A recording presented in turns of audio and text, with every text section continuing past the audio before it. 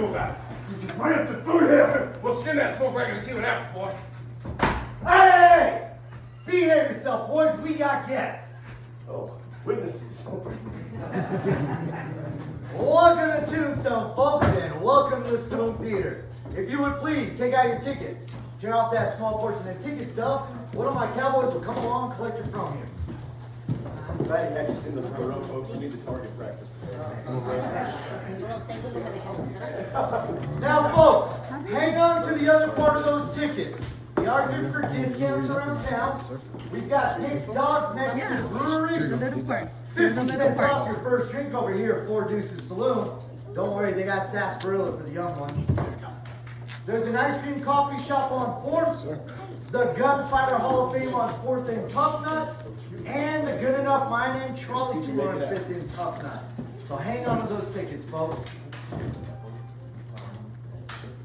Now, for any of you good folks that have one of those hearing aids in, we ask you to please take them out, turn them off.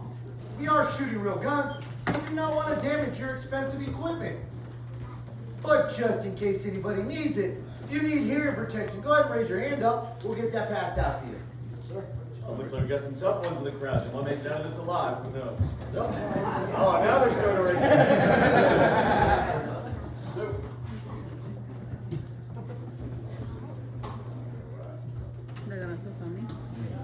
Now, for any of you good folks that have one of those cellular devices, you know who you are. Can you please take it out, turn that ringer off? If you are going to use it to take photographs with, then we ask you to please turn off that flash for your safety.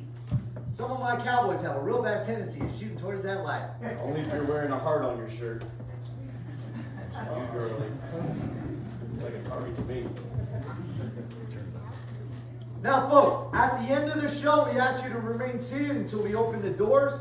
We promise you will get out of here on time to catch the Oki Corrals 11 o'clock if you choose to do so, or make it out alive. No promises on my part. Yeah, that's true. All right, folks, I'm going back to the 1800s. Who's coming with me? Yeah!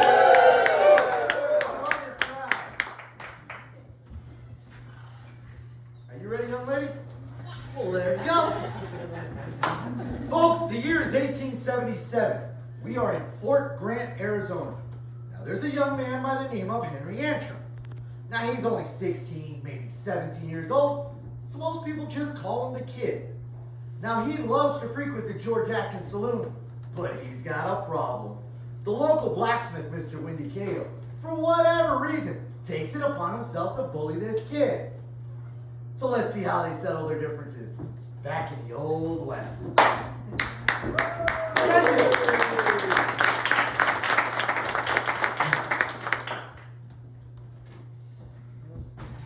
Well, good morning, Patty. Well, good morning, kid.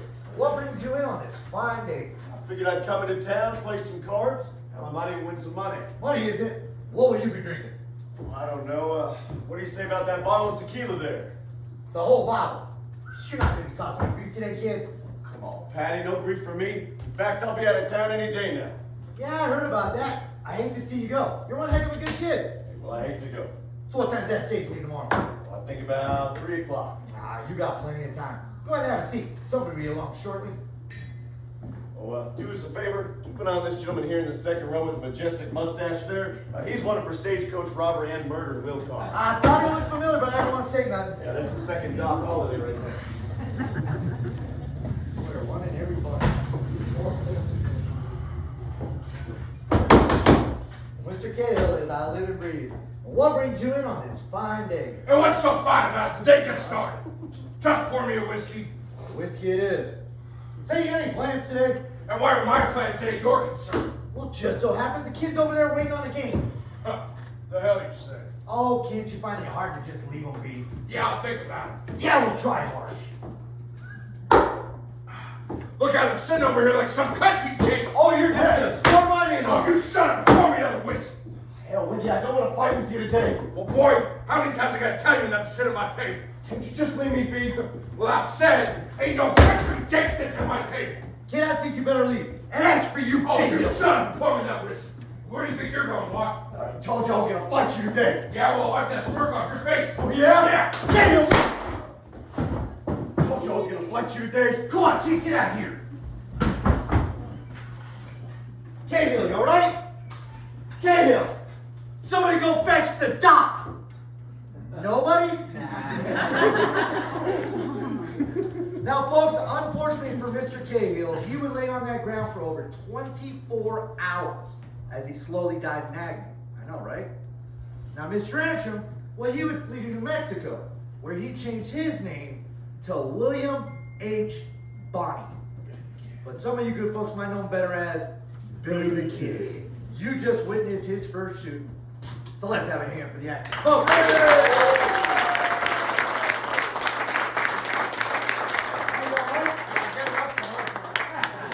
he ain't lying there.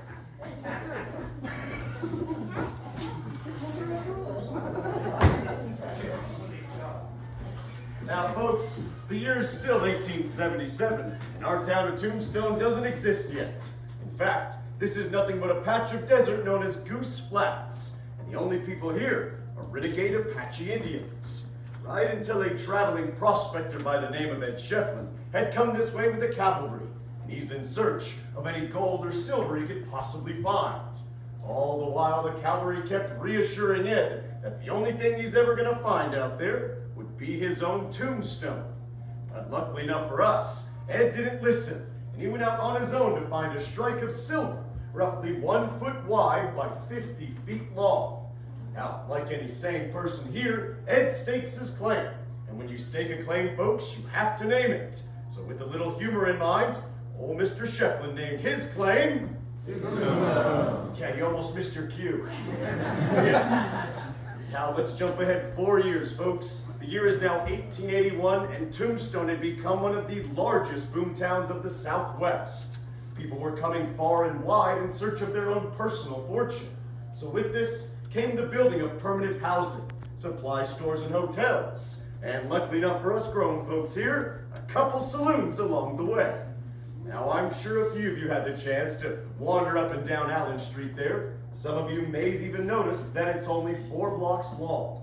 But Tombstone, back in its heyday, was over 9 blocks long. And in those 9 blocks, our little town had over 60 liquor licenses and 16 different gambling establishments. Needless to say, folks, there was no problem finding trouble on Allen. Now, with our trouble, we had to have a trade-off, and that was our Tombstone silver. So that brought our town its hard-working, honest types, like those down in the mines. It also brought our town its unscrupulous bunches, like the Cowboys gang. But Tombstone also had its heroic figures, such as Doc Holliday and Wyatt Earp, and another man we believe you may not have heard of by the name Luke Short. Now, Luke was a fine dresser, a good gunman, and one hell of a gambler. It was rumored that Luke could count cards, and back in the 1880s, that was something rarely heard of, if even understood. So most men, well, they would often call you a cheat. And there was a man that accused Luke of cheating. His name was Charlie Storms. Now, Charlie wasn't bad with a gun, but he was often drunk. That made him one terrible gambler. One day he lost all his money gambling Luke down at the Oriental Saloon and headed back the very next day, determined to win his stakes. And working their bar there was a gentleman by the name of Bat Masterson. Oh, well, howdy, Bat. Howdy. Now, Bat here had nothing much to do with this mess, but somehow he gets roped right in the middle. So what we're doing today, folks, is we're taking you back through history to show you how this day had played itself out.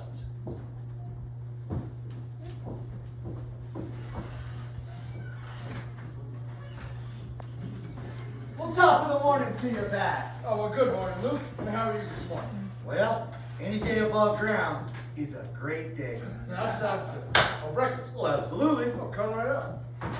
Say, you don't appear to be too occupied. How about yourself to a hand or two? Well, you know what? I don't mind if I do. Now, that's just casual. But hey, I heard about that game last night. Trust me, that was no game. Why don't you clean them out? Oh, no doubt. In under 5 minutes. In one hand. Keeps playing like that, we're calling one hand Charlie. Nah, keep playing like that. They're gonna call him No Hand Charlie. Well, speak of the devil. Morning, Charlie. Back? Up, son? Might as well. What brings you in this fine morning? I came to win my money back. Yeah, good luck with that. Now you're gonna play him again after last night. Bad, I got no choice. Besides, nobody could be that lucky. Well, from what I understand, Charlie, he ain't lucky. He's good.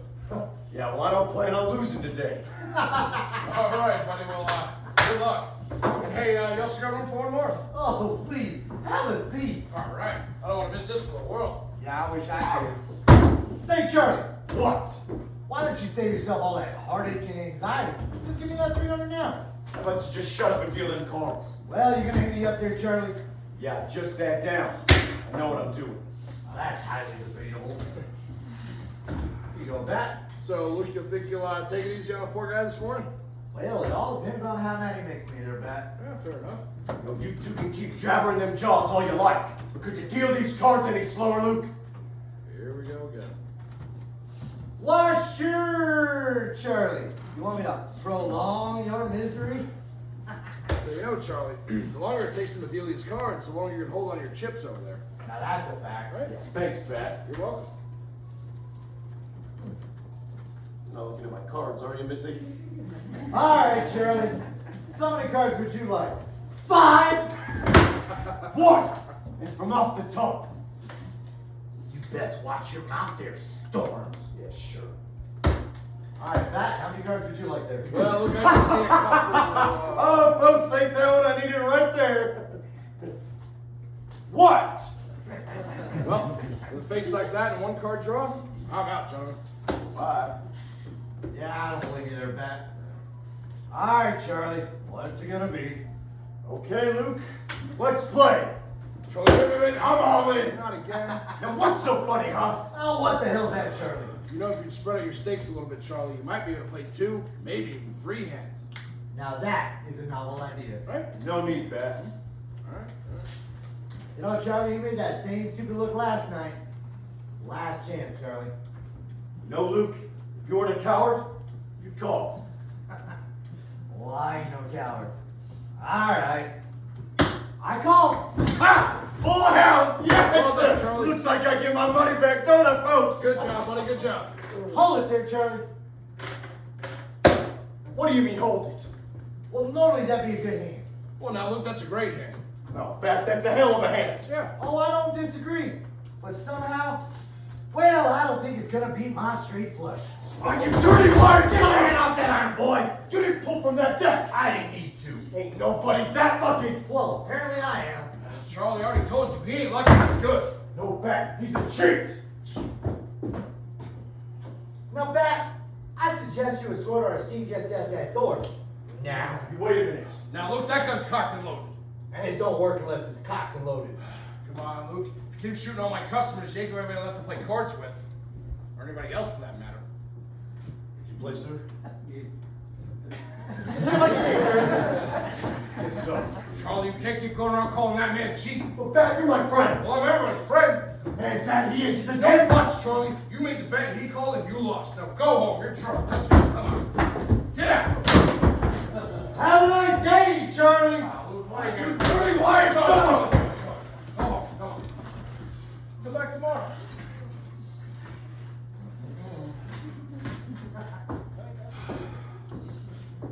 Yeah, Luke. Why you gotta go and antagonize the man like that? Ah, you know that man's no more than an annoyance. Well, that may be. But one of these days, you're gonna get somebody killed. Well, it ain't gonna be me. And I don't want it to be me. Besides, you ain't exactly making a whole lot of friends around here. Why, sure I am, Bat. Let me introduce you to them all. They're right there on the table. Now, Luke, that's not what I mean, and you know. You know what? Let's forget about that, man. Let me buy you a drink. After all that, I'll take it. Besides, I think it would greatly behoove that young man to find himself another means of entertainment. Because obviously, this is not his forte. What do you reckon? He should take up knitting or something? Might be a nice safe hobby for that man.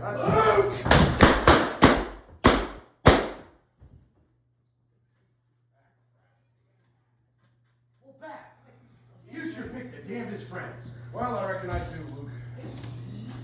Oh, cheers, folks. Cheers.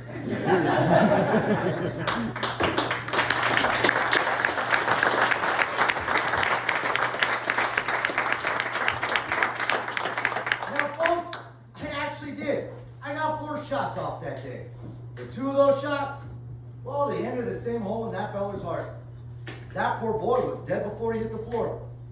If you'd like to visit Charlie, you can do so, because he's still with us, and he's right up there at our Boot Hill Cemetery. As far as myself, well, I went on to lead a long and profitable gambling career. So let's have a hand for the actors, folks.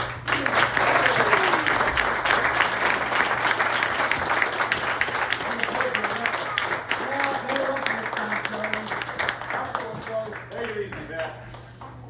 Well, folks, I don't expect you to be aware, but dying sure does make a man thirsty. So I have myself a drink. Are y'all still having fun? Yeah! All right, all right. Now, I can safely assume all of us here, we've heard that gunfight at the OK Corral. What would you do if I told you good folks next that it actually didn't happen there where you think, but in fact happened in an empty lot closer to Fremont Street where our park is today? However, the people in Hollywood decided you good folks wouldn't go see a film called The Gunfight at an Empty Lot. However, that gunfight was still among the Cowboys gang, the Earps, and Doc Holliday. And we have the rarest photo of that Cowboys gang hanging right above our ATM on the back wall. And in that same frame is an informational index to tell you how, when, and where each one of those men had died. And 2 men in that same photo by the names Ike Clanton and Billy Claiborne. Those 2 ran away from the gunfight at the OK. They were branded as cowards. Now Ike, he met his maker in 1887 rustling cattle, while Claiborne met his a little sooner. So while he did flee Tombstone, Claiborne returned 2 years later, insisting on everyone calling him Billy the Kid Claiborne, after his supposed friend and idol, the real Billy the Kid. It was also said that Claiborne had another friend, folks, by the name Johnny Ringo. We all heard of him, right? Yeah. That stuff. Now, typically in Hollywood, it's depicted as Doc Holliday being the killer of Johnny Ringo. However, we here in Tombstone believe another man's responsible. And he is the most dangerous man to have ever walked our streets. And his name is Buckskin Frank Leslie. Buckskin, I wasn't talking bad about you, right, folks? He was. How was your day? Well, any day's a good day for a killer. Okay. Well, we'll start with him. Now, folks, as we can tell here, Frank is a mean one. In fact, Buckskin there had shot and killed 11 men in 11 months. Once even shot and killed his own wife. Ha! Oops. Now, before all that, Frank was tending bar down at the Oriental Saloon for the owner, Milt Joyce. And Milt's got a nasty habit of letting people down. Today was no different. See, Frank was up all night, tending bar, pouring shots, and dealing with the likes of Billy the Kid Claiborne, who at 22 and drunk, just wouldn't take no for an answer. In fact, patrons of that same saloon had said Frank was abnormally patient with Claiborne, considering he was notorious for hating cowards. And I tell y'all, no one, and I mean no one, better ever call Frank a coward. You got a problem? No problem. No, Frank, I poured that whiskey there for you. I hope you enjoyed it. Tell you what, though, well, I'm not the problem. The real problem is that gentleman all the way back there in that baseball cap. Yeah, he thought he was safe in the back, but he was calling you a coward all night last night. What the hell's a baseball cap? You better watch that mouth for this fella. Cause I got bullets here with your name on. They all say dummy round. Now it's 11 o'clock. Old Milt's late yet. I'm coming, Frank. I'm coming. Oh, of course it's already. Jeez. Well, nice of you to join us. What's your dog die again? Well, no. In fact, I had me some horse trouble. Horse trouble. Yeah, she threw the same shoe she did the week before. Oh, can't you come up with something better than that? Come on, Frank, leave it alone. Besides, you put a burr in your saddle anyway. Well, you did. Oh, and how so? Well, I've been up all night washing your filthy glasses and kicking that kid out of here at every turn. You know I couldn't be here last night. I did not. Well, I've got things to tend to keep this place a-running. Oh, really? Oh, really, Frank? Ain't gonna run itself, you know. I know, because I run it for you. But you quit it already. You know what? Now you're starting to sound like an old wash maid. Well, that's uncalled for. Then leave it be. Ah, you're lucky I'm tired. Oh, Frank, we're all tired. Oh, and from what? Your last nap? You know what? How about you just read this paper and go have yourself a seat? Yeah, I intend to. Fine, some peace and quiet. Well, that's what I've been trying to tell you after all that doggone trouble. Oh, you know the trouble loves to follow you, Frank. Oh, whatever. Oh, Grady's back. Who? Claiborne, you idiot, give me that. Pour me another one. You're lucky you stole that one. I said pour me a drink. Look, you ain't getting so much as a drop of water. Now get. You don't pour me that drink, I'm gonna pull you over that bar. You ain't pulling nobody nowhere. I'll burn you down. Yeah, I ain't afraid of you. Frank, What? would you get him out of here? I can't right now. And why not? Well, I guess you'd say I'd have me some of that there, horse trouble. Oh, Let's go, Frank. Well, boy, if you touch me again, you'll be sorry. Ah, come on, Frank, buy me a drink. Well, you heard the man. We don't serve your kind in here. Well, that's uncalled for. Well, I'll tell you what's uncalled for. You running off and leaving your friends to die in the street like the coward you are. You know, if my friend William H. Barney were here, he'd take you out of the street and shoot you down like the dog you are. William Bonney. Yup. The William Bonney? The only one. Boy, it's enough of that horse. You know what, Claiborne? You sure do fancy yourself some, William Bonney, huh? Yes, I do.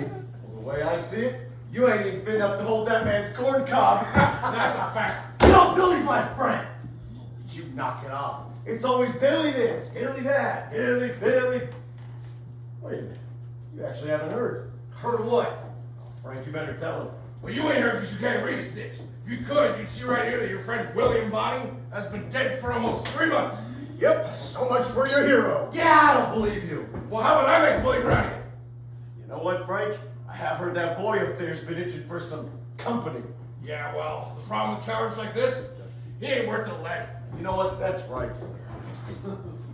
Oh, come on, Frank, you buy me that drink, I'll leave right now. Oh, right now? Right now. Well, then get the hell out of here, boy. Now it's You know what, Claiborne? I'll give you this one. You sure got yourself some grit. You know, I don't take no lip from no bartender. You hold on a minute. I Where won't was all take that? it. You ready? Hey, shut up! You come down here and fix me a drink. Coward. Is that new private stock? Sure is. Well, pour me a shot of that.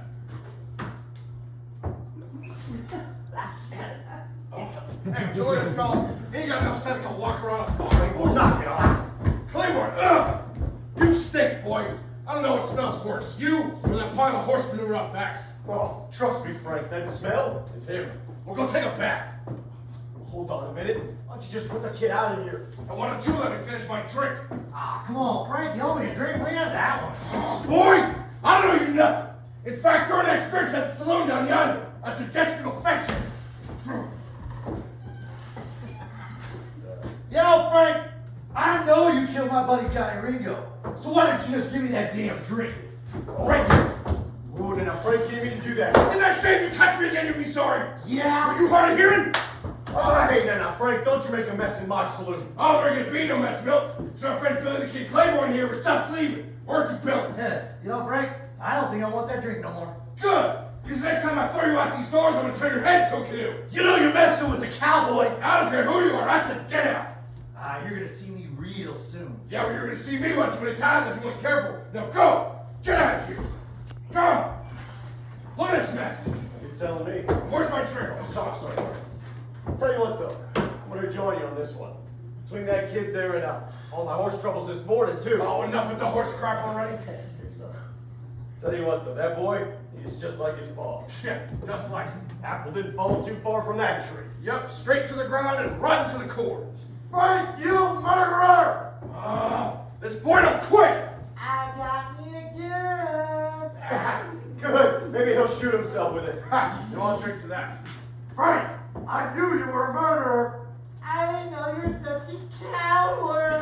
Oh, now, Frank, he didn't call you Yes, he did, Bill. Yes, he did. You He's misheard trying him. to deal with all night. Some of this once and for all. Frank, put that gun away. Have a seat. Now I'm gonna settle this right now, Milt. Ha! Would you look at that? He's across the street hiding behind a fruit cart. Frank, don't do nothing rash. Now, Claiborne, I see you. It's just a drunk boy. Let's raise it around boy. What you going to do? Well, I shot him square. Can't just leave that boy be. I'll go fetch the marshal. The marshal? Well, why aren't you coming to work today? Well, folks, as we've seen there, Claiborne was kicked out of the saloon for the very last time. Now, somehow, some way, he got his hands on a Winchester rifle. Claiborne then ran across the street, hid behind a fruit cart, intending to ambush Frank as he came out the front doors. But Buckskin was a whole lot smarter than that. See, he exited out the side of the saloon, taking Claiborne completely by surprise. And 2 shots rang out that day. Claiborne missed. Frank didn't. In fact, Frank shot Claiborne from 60 feet away, and that was done with a handgun. And when the marshal showed up to take account of what had happened, he said Frank was still smoking the same cigarette he had lit while in the saloon, and was then quoted saying, "Sure, I could have done more, but I wouldn't have done no less." Now, the real reason why we here in Tombstone believe that it's Frank that's responsible for Johnny Ringo's murder, that had come from one simple source, Claiborne himself. See, it took Claiborne an hour to die, and within that time, he refused any and all forms of medical attention, just so he could keep telling folks that he saw Frank shoot and kill his buddy, Johnny Ringo. Now I ask another round of applause for the actors, folks.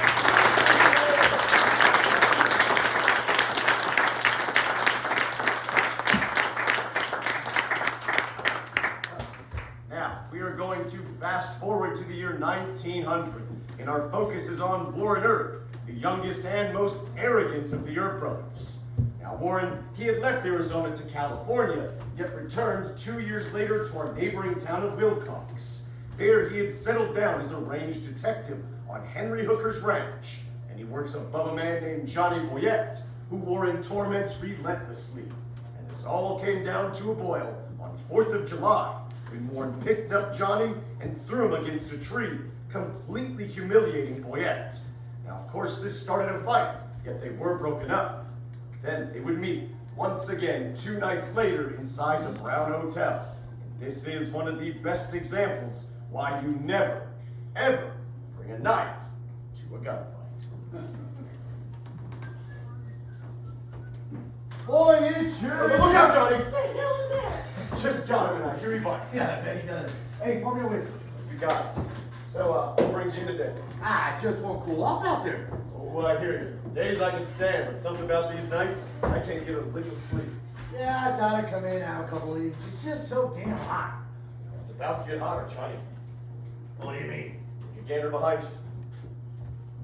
Oh, all the people. This is when did you serve cowards here? Now don't you start it on me, Warren. How you doing over there, Johnny? Why don't you stay down there and mind your own business? Well, today you are my business. Every day you seem to make it that way. Well, I heard about that rumor. Yeah, what rumor is that? $150 to gun me down. Is that a fact? Yeah, that's a fact. Why hell? I would have done it off the cuff. Half this town wants to see you dead anyway. Just leave me be. Just come on back, finish this whiskey, Johnny. And the coward walks away, folks. Just stay over there. Why don't you stand your ground? You know what? Let's go. Hey, now that's enough! John, finish that whiskey. Warren, what will you have? Well, my drink's sure to be here anyway. Ah, look at Mr. Manners and all. Oh, what's that supposed to mean? Let me ask you a question. What kind of man picks up another man and throws him up against a tree? You know what? I heard about that. This whole town has. Well, I did that. Oh, and that must make you some kind of man, huh? Yeah, big man hurt. Nah, it makes me a funny man. Funny man. Yeah, and so does this. Does it burn, Johnny? Johnny, here, wipe your eyes. What's your problem, Warren? Right, Johnny? I'll give you a burn. Ah, go away. I'm done with you. You know what? I'm speaking for the whole town when I say this. We're tired of you bullying and your bragging. Why don't you get with the rest of your clan? Get out of here. Yeah. And why don't you say that again in my face? You ain't nothing but a big old bag of wind, living off your brother's reputation. Oh, yeah? Go get yourself a gun, little man. Oh, I'll give you a gun. Okay. Why'd you go and do that? Ah, what's it to you? Because this is my saloon, and you're paying for that drink you just threw in his face. Oh, yeah? Oh, yeah. Why don't you go ahead and clean this one up? That's what it's good for anyway. You know what? I don't expect anything less from scum like you. Well, you know, when my brother Wyatt gets back. Your brother Wyatt. You know, if it wasn't for your brother Wyatt, you wouldn't get any respect at all in this town. Well, I got all the respect I deserve. Oh, go blow off, Warren. Oh, piss up a rope. Warren! You've been begging for that ball to drop. Well, here it comes. And the coward returns, folks. Turn around. No. I said turn around. Whoa. Now, you're gonna shoot me in the back like the coward you are? I told you to turn around. It's a lot more than you would have done. Come on, Johnny, we can talk about this. There ain't nothing to talk about. But I ain't even healed. Yeah, I don't even believe you there, Warren. Johnny, don't. He was digging. But Johnny, he's laying for something. Johnny, just go. Get out of here. Come on, Get back. out of my business. Warren, this is my Last chance. Go, Johnny. Run. Get here. Go.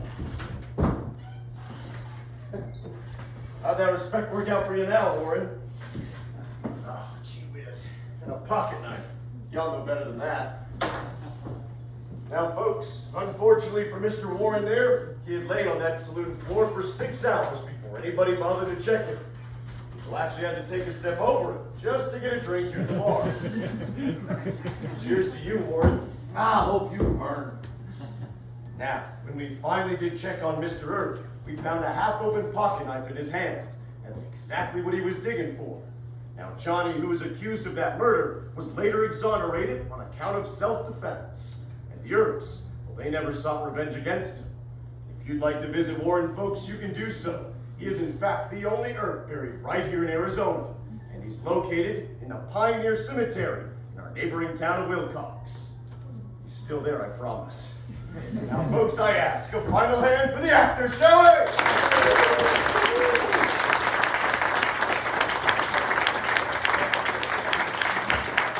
Everybody enjoy the show.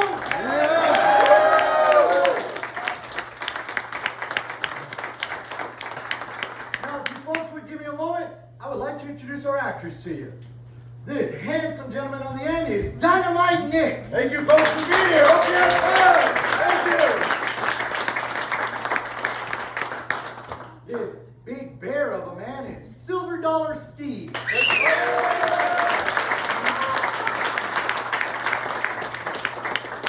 And good folks, I'm the Yukon Denali. The one and only.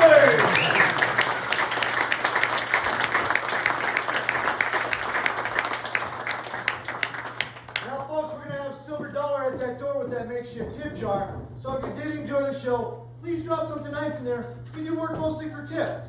But if you have any comments or suggestions, well, feel free to take out that $100 bill. Right up on the back of that, drop it in there. I promise I'll get right on it.